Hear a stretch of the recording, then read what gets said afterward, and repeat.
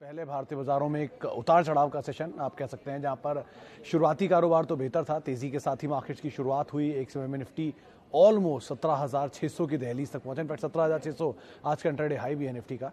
और वहां से मार्केट में एक सेल ऑफ शुरू हुआ और सेल ऑफ सेकेंड हाफ तक आते आते दिन के निचले स्तरों पर निफ्टी को लेकर गया। तो थोड़ा वोलेटाइल सेशन आज कह सकते हैं। इसमें फर्स्ट हाफ के अंदर जो स्टार थे उसमें मिड कैप स्मॉल कैप करीब 1.5% की तेजी वहां पर देखने को मिल रही थी। इसके अलावा आज अच्छी बाइंग एक समय में निफ्टी बैंक में आ रही थी। करीब 1.5% का उछाल, वहां पर भी 450 अंकों के आसपास की तेजी। जानकार मान भी रहे थे कि एक बढ़िया शॉर्ट कवरिंग वहां बनते हुए दिखाई पड़ेगी। मिड कैप की तेजी शायद कैरी फॉरवर्ड भी होगी। स्मॉल कैप में कई दिग्गज शेयर थे जो कि डबल डिजिट में चल रहे थे। आज रीसेंट लिस्टेड आईपीओ सारे मोर लेस 5 से 10% की तेजी के साथ ट्रेड करते हुए दिखाई पड़ रहे थे। लेकिन सेकंड हाफ में वो बिकवाली आई और उसमें कुछ हद तक फिजल आउट हुई चीजें।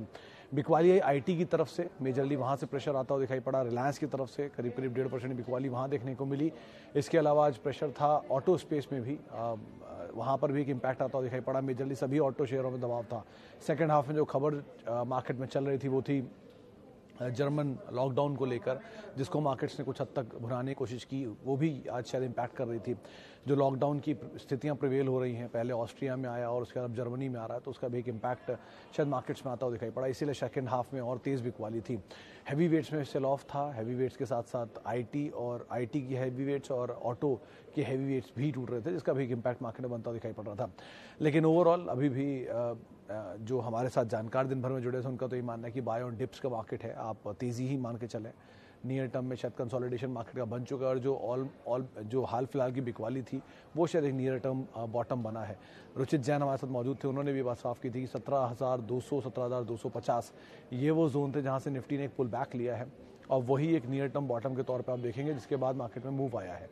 आज वहीं से ही करीब 400 अंकों के आसपास का मार्केट ऑलरेडी मूव दिखा चुका है इंट्राडेज में। अब हो सकता है ये थोड़ा सा और स्टेबलाइज हो, और क्योंकि एक्सपायरी का भी दिन था तो एक्सपायरी के आधार पर थोड़ा बहुत उतार चढ़ाव जरूर बनता हुआ दिखाई पड़ा। लेकिन गोइंग फॉरवर्ड ये जरूर ईज आउट होगा। इवेंटफुल डे था, बहुत सारी खबरें आज भी क्रिप्टोज को लेकर। पिछले कल रात से ही ये न्यूज़ काफ़ी एक्टिव हुई है क्रिप्टो बैन को लेकर, तो उसका एक इम्पैक्ट मार्केट में ज़रूर देखने को मिल रहा है। उसके अलावा धीरे धीरे प्राइमरी मार्केट की तरफ फिजल आउट हो रही हैं चीज़ें। दिन भर भी न्यूज़ फ्लोज रहे हैं बने हुए, तो उसका भी एक इम्पैक्ट मार्केट में आता हुआ दिखाई पड़ा। तो ओवरऑल एक बढ़िया सेशन आज आप कह सकते हैं। हालांकि थोड़ा उतार चढ़ाव जरूर मार्केट में रहा, लेकिन फिर भी ब्रॉडर बेस बाइंग में आपको आंकड़े एटलीस्ट तेजी की तरफ ज़्यादा आते हुए दिखाई पड़ेंगे। चलिए अब सवाल जवाब का सिलसिला भी शुरू कर लेते हैं और बातचीत कर लेते हैं कुछ दर्शकों के सवालों को लेकर भी। सबसे पहला सवाल जो मेरे को दिख रहा था वो तो शायद बीपीसीएल के ऊपर ही दिख रहा था। एक बार फिर से मैं खोलने की कोशिश करता हूँ। मेजरली मेरे पास जो सवाल आ रहे हैं उसमें पहला सवाल जो है वो है बीपीसीएल के ऊपर, और यहाँ पर जो सवाल है वो ये कि 440 का मौजूदा स्तर है, एवरेज करना ठीक होगा? सर 440 के भाव पे आप एवरेज फिलहाल तो एटलीस्ट ना करें, मतलब वेट एंड वॉच करें। कोई भी तेज़ी मिले तो वो कैप ही रहेगी। सरकारी कंपनियों के केस में आपको एक चीज़ को हमेशा ध्यान रखना चाहिए कि कोई भी तेज़ी बिकवाली के लिए यूज़ की जा सकती है, ओएफएस के जरिए, स्टेक सेल के जरिए। आपने हाल में ही आईआरसीटीसी का केस भी देखा, एक तरफा तेज़ी दिखाई और ऊपर के लेवल पे OFS, stake sale, split, equity dilution, ये सब आते ही रहते हैं, जिससे और ज़्यादा बाज़ार में शेयर आते हैं। तो उस तरह की चीज़ें मार्केट में होंगी तो ऑब्वियसली बात है फिर हायर लेवल पे बिकवाली सी थोड़ी सी आप मार्केट में आते हुए देखेंगे। बीपीसीएल के में सबसे बड़ा ट्रिगर तो इस कंपनी के मैनेजमेंट में फेरबदल की बातचीत की, कौन मैनेजमेंट नया आने वाला है, इन्वेस्टर होंगे कि नए ट्रेडर होंगे या नए मालिकाना हक चेंज होगा, बहुत सारी चीज़ें उस पर डिपेंड करती है और उसके हिसाब से आपको कॉल लेनी होगी। तो बीपीसीएल में आप बने रहें वो ज़्यादा बेटर है, क्योंकि डिविडेंड मिल जाता है। लेकिन नई खरीदारी के लिए आपको एटलीस्ट इसके फंडामेंटल को दोबारा एक बार दोहराना पड़ेगा, उसके बाद आप कॉल लीजिएगा, ज़्यादा बेहतर रहेगा। ओके, आगे बढ़ते हैं। लक्ष्मण जी का सवाल है, आईडीएफसी फर्स्ट, आईईएक्स और ट्राइडेंट करंट लेवल पे बाय लॉन्ग टर्म। लक्ष्मण जी एक चीज़ बड़ी कॉमन इन तीनों शेयरों में, आईडीएफसी फर्स्ट भी लोअर लेवल से काफ़ी चला, इससे कहीं ज़्यादा चला आईईएक्स और उससे कहीं ज़्यादा चला ट्राइडेंट। तो ये तीनों बहुत ज़्यादा चले हुए शेयर हैं। तो पहली चीज़ तो ऐसी कोई कोशिश मत करें कि चलते हुए शेयरों को पकड़ें। चलती हुई बस, चलती हुई ट्रेन नहीं पकड़ते ना, वैसे चलते हुए शेयर ही मत पकड़िए, क्योंकि जितनी ज़्यादा रिस्क उनमें है उतना ही ज़्यादा रिस्क इनमें भी है कि आप फंस सकते हैं। बेटर यही है कि वो कहीं ना कहीं तो रुकेंगे, कहीं ना कहीं तो थमेंगे, कहीं ना कहीं उनकी स्थितियाँ क्लियर होंगी, वहाँ आप एंटर करिएगा। आईएक्स के केस में भी नीचे आने दीजिए, बढ़िया दाम मिलेगा, आप ज़रूर एंटर करिए, थोड़ा थोड़ा ले सकते हैं। ट्राइडेंट के केस में आप इक्विटी ज़रूर देखिए। आज ही मैंने एक ट्वीट किया था कुछ देर पहले, जिसमें 4,000 करोड़ रुपए की मार्केट कैप होती थी इसकी 1 साल पहले, आज 27,000 करोड़ की मार्केट कैप है। 5 गुना से ज़्यादा ये शेयर चल चुका है, 550% चला है। कंपनी ठीक है, कैपेसिटीज़ अच्छी हैं, इनकी डिमांड अच्छी है, सब कुछ सही है, लेकिन इक्विटी का साइज़ देखिए, 600 करोड़ शेयर है बाजार में इसके। इस तरह की इक्विटी साइज़ के साथ अगर कंपनी चल रही है तो इक्विटी डाइल्यूशन चांसेस बहुत होते हैं, रिस्क है। इसीलिए अगर आपको लगता है कि आप हाँ रिस्क टेकिंग एपेटाइट आपकी है काफ़ी और आप झेल सकते हैं तो वो बात अलग है, लेकिन एटलीस्ट ईज आउट हो तो ज़्यादा बेटर सिचुएशन है। और मार्केट में बज़ या रूमर्स हो है कि ये 100 रुपये भी जा सकता है, लेकिन वो रूमर्स है, कोई कंफर्म खबर नहीं है। तो अकॉर्डिंगली अगर आपका रिस्क एपेटाइट है तो आप ज़रूर इसमें अपनी रणनीति बना सकते हैं। ओके, आगे बढ़ते हैं। Ban on crypto can affect equity markets. Mayur साहब, लिमिटेड अंडरस्टैंडिंग में मैं इतना समझता हूँ कि अगर क्रिप्टो में बैन लगता है तो वैसे तो कोई प्योर बैन नहीं होगा, वो प्राइवेट क्रिप्टोज़ के ऊपर बैन की बात हो रही है। अगर प्राइवेट क्रिप्टोज़ में बैन होता है तो जो एफिलिएटेड क्रिप्टोज़ हैं उनके ऊपर तो काम चलेगा ही, तो वहाँ जाएंगे। लेकिन अगर पूरी तरह से क्रिप्टो करेंसी हट भी जाती है इंडिया में से तो भी इक्विटी के अंदर पैसा आता हुआ दिखाई पड़ सकता है, लेकिन ऐसी प्रोबेबिलिटी सो फार नहीं है। तो पहले क्लियर हो जाए सिचुएशन, उसके बाद समझना इसको ज़्यादा बेटर रहेगा। लेकिन हाँ, एसेट क्लासेस लिमिटेड हैं, तो एक एसेट क्लास अगर बंद होता है तो दूसरे के अंदर ज़रूर जाता है पैसा, तो ऐसा हो सकता है और बेनिफिशियरी हो सकता है इक्विटी मार्केट्स के लिए, लेकिन डिपेंडिंग कि किस तरह के बैन्स आते हैं उसके ऊपर। अच्छा जी, आगे बढ़ते हैं। और should I exit SRF and IEX and accumulate Pidilite for long term?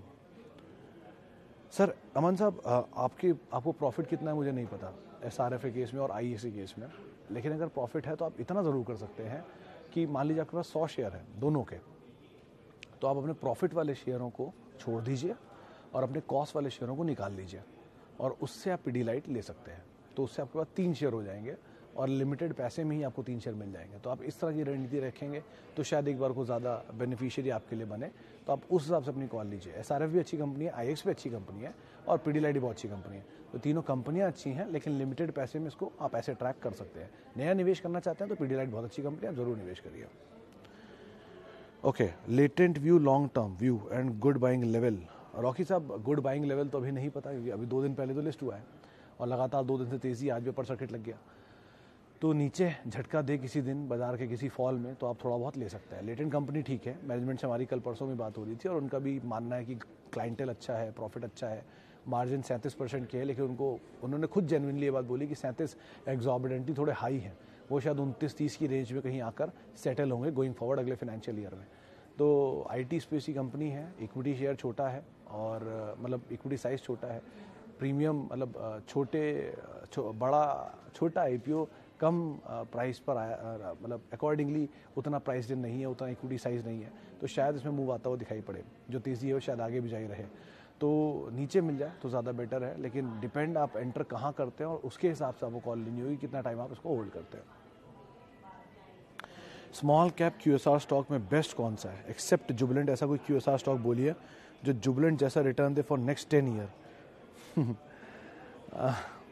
Subhajit साहब, एक बहुत बेसिक सवाल बताइए, आप खुद ही समझिए। मतलब मैंने 2010 में पहली बार जुबिलेंट को ट्रैक किया था और 2010 में पहली बार जुबिलेंट के अंदर इन्वेस्टमेंट जैसी चीज़ सोची थी। उसकी वजह थी कि उस समय पर डोमिनोज के पिज़्ज़ा के स्टोर जिस तरह वो एक्सपैंड कर रहे थे कोई नहीं कर पा रहा था, और उस समय पिज़्ज़ा हट का डोमिनेंस होता था और उन्होंने उसको पूरी तरह से ख़त्म कर दिया था, तब जाके वो जुबिलेंट बना था। अगर आपके दिमाग में ऐसा कोई भी नाम आता है जो उस तरह का डोमिनेंस रखता है तो आप ज़रूर उसको ले लीजिए, कोई भी XYZ, चाहे आप देवयानी देख लीजिए, चाहे आप वेस्ट लाइफ देख लीजिए, चाहे आप सफ़ायर फूड देख लीजिए, चाहे आप इवन डाबर देख लीजिए। डाबर का सबवे है, लेकिन वो सबवे उनके अंडर में नहीं आता, किसी और कंपनी के अंडर में आता है। इस तरह की कोई भी QSR कंपनी देख लीजिए, उस तरह का डोमिनेंस है क्या किसी का जो जुबिलेंट का डोमिनोस ओन करता है? आपके खुद ही के मन में पिज़्ज़ा मतलब डोमिनोस होता है। आप खुद कभी सोचिए कि आपको अगर आप पिज़्ज़ा ऑर्डर करते हैं तो आपके सामने किसका दिमाग में नाम आता है? अगर ऐसा कोई लिस्टेड पेयर है आप ज़रूर एंटर करिए, उसके अंदर कोई दिक्कत नहीं है। अब तक और किसी स्पेस में, चाहे बर्गर में डिस्ट्रीब्यूटेड है, हार्ड कैसल और वेस्ट लाइफ, 2 कंपनियां हैं जो कि मैकडोनल्ड के बर्गर बेचती हैं इंडिया में, और सेम पिज़्ज़ा हट में सफ़ायर फूड और देवयानी दोनों बेचती हैं। एक मत नहीं है। जुबिलेंट फूड के केस में डोमिनोज से जितने स्टोर पर इंडिया में है वो सिर्फ जुबिलेंट फूड के पास है, डंकिन डोनट के सारे स्टोर जुबिलेंट फूड के पास है। तो इस तरह की डोमिनेंस किसी के पास है तो आप ज़रूर जाइए। और रही बात स्मॉल कैप की, मिड कैप की, लार्ज कैप की, स्मॉल कैप के लार्ज कैप बनने की प्रोबेबिलिटी उतनी ही मुश्किल है जितनी लार्ज कैप के लार्ज कैप में बने रहने की है। तो ये मत सोचिए कि ये चीज़ महंगी है। 800 रुपये पे भी जुबिलेंट फूड बहुत महंगा था, और जब IPO आया था बिलीव मी तब भी ये बहुत महंगा था। 30 के मल्टीपल पे होता था उस समय, 300 रुपये का इशू प्राइस था, तो उस समय भी बहुत महंगा दिखता था। तो आप महंगे के चक्कर में मत पड़े। अगर आपको उसका प्रोडक्ट समझ में आता है और अगर आपको लगता है कि वो कंपनी अच्छी है तो आप उसमें जा सकते हैं, वो आगे भी ग्रोथ रहेगी। आगे चल के सिनेरियो बदलता है, कोई ऐसा प्लेयर बनता है तो आप ज़रूर उसके अंदर एंटर कर सकते हैं। ओके, आज का fall due to rising Covid cases worldwide या कोई और reason? It is a BlackRock article to invest in China market instead of India. Agarwal साहब, मेरी लिमिटेड अंडरस्टैंडिंग ये कहती है कुछ नहीं, आज एक्सपायरी थी इसलिए उतार चढ़ाव था, थोड़ी अनवाइंडिंग। फर्स्ट हाफ में जो कवरिंग थी वो अनवाइंड हुई है सेकेंड हाफ में मेजरली। चाइना ये लॉकडाउन लग रहे हैं, सबको पता है, और पिछले कई दिन से लग रहा है, और ऐसा कुछ भी नहीं कि बाजार में कोई ऐसी चीज़ है जो आपको नहीं पता। वैल्यूएशन महंगे हैं, आपको पता है। आपको ये भी पता है क्रिप्टो करेंसीज किस तरह एक्टिव हो चुकी हैं। आपको ये भी पता है कि वर्ल्ड वाइड लॉकडाउन लग रहे हैं, कोविड केसेस बढ़ रहे हैं, इकोनॉमी ओवर हीटेड है, सब कुछ क्लीन था। लेकिन बाजार तेज़ी में था तो कुछ नहीं दिख रहा था। अब बाजार मंदी में तो सब दिख रहा है। तो ऐसा कुछ मत सोचिए, बाजार अपनी ही चाल चलता है। रीज़न हम उससे अटैच करते हैं। बेटर यही कि आप बाजार में इंडिविजुअल स्टॉक को देखिए जो अच्छे दामों पर अवेलेबल हो रहे हैं, उनको आप लेते चलिए। कुछ दिन बाद वो घूम घाम के ऊपर आ जाते हैं, तो उन शेयरों को पकड़ते चलिए जो बढ़िया दाम पर अवेलेबल है। इंडेक्स को मत देखिए, इंडेक्स में सिर्फ ट्रेडिंग जो ट्रेडर्स होते हैं उनके लिए ज़्यादा बड़ी एक्टिविटी वहाँ पर मिलती है। ओके, आगे बढ़ते हैं। और हाँ, ये सवाल कल छूट गया था मुझसे। P of Tata Steel and JSPL is in single digit. Should we add them in portfolio now?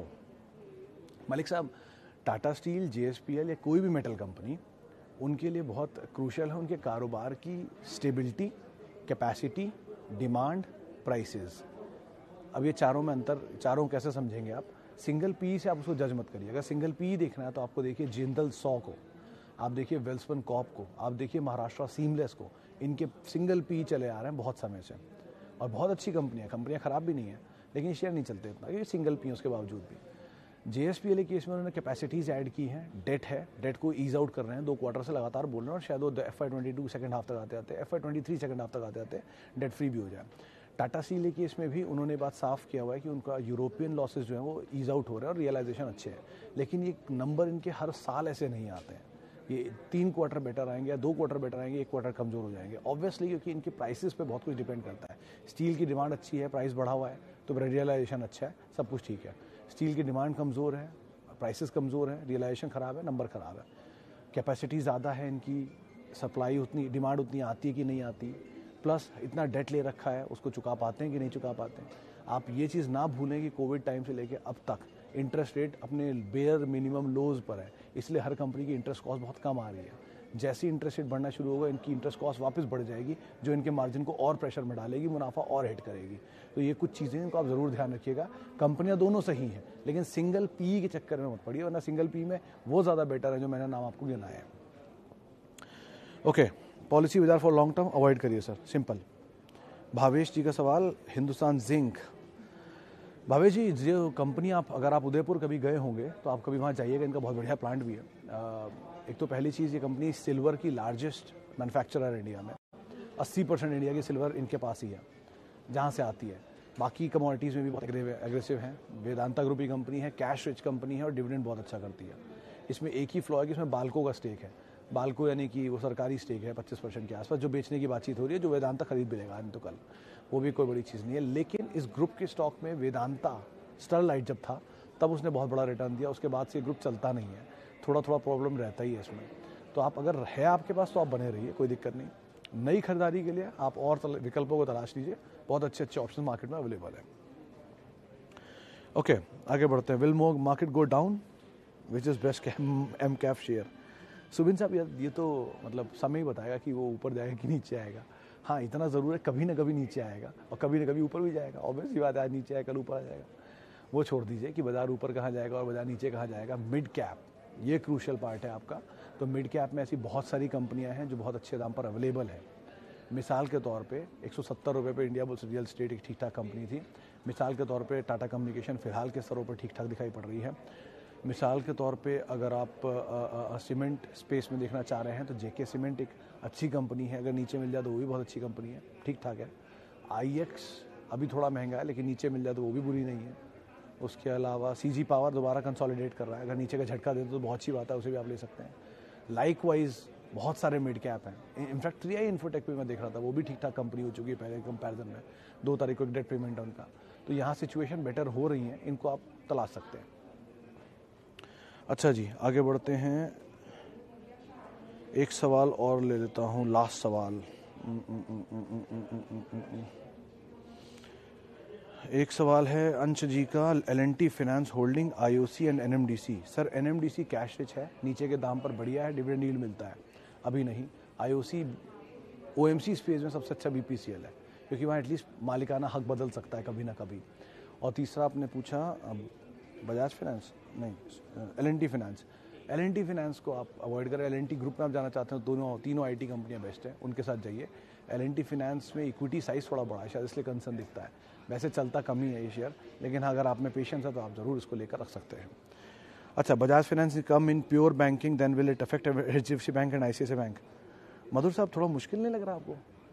HDFC bank की ब्रांचेस देखिए, ICICI बैंक की ब्रांचेस देखिए, बजाज फाइनेंस की ब्रांचेस बनाने में कितना समय लगेगा। जैसे ये वैसे ही, जैसे ग्रासिम पेंट में आ रहा है तो एशियन पेंट पे इम्पैक्ट आएगा, कितने दिन में आएगा, कब तक कैपेसिटी पूरी होगी, कब वो लॉन्च करेंगी, कब वो बिकेगा और कब वो बड़ा होगा, वो बहुत कुछ डिपेंड करेगा। तो जब होगा तब देखेंगे, लेकिन फिलहाल के लिए तो यही दोनों डोमिनेंट है, HDFC बैंक और ICICI बैंक। और अगर बजाज फाइनेंस बैंक्स में आता है तो उनको भी चिंता होगी ना हम लोगों से ज़्यादा, तो वो भी देखेंगे कैसे उसको सुपरसीड करना है।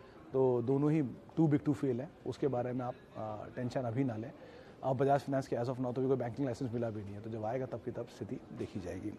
चलिए, फिलहाल इसी नोट के साथ अब मैं मार्केट पंचनामा को ही समेटूंगा। शुक्रिया बहुत बहुत आप लोगों का हमारे साथ मौजूद रहने के लिए, सवाल पूछने के लिए, और बहुत बहुत माफ़ी उन सभी लोगों से जिनसे आज हम बातचीत नहीं कर पाए, जिनके सवाल को शामिल नहीं कर पाए। आप हमसे कल मिलेंगे इसी जगह पर, और एक्सपायरी का दिन है, ज़रा ध्यान से संभाल कर ट्रेड करिएगा, थोड़ा वोलेटाइल सेशन चल रहा है मार्केट्स में। तो आप मेरे साथ जुड़ सकते हैं, @Sumit Research मेरा ट्विटर हैंडल है। नमस्कार।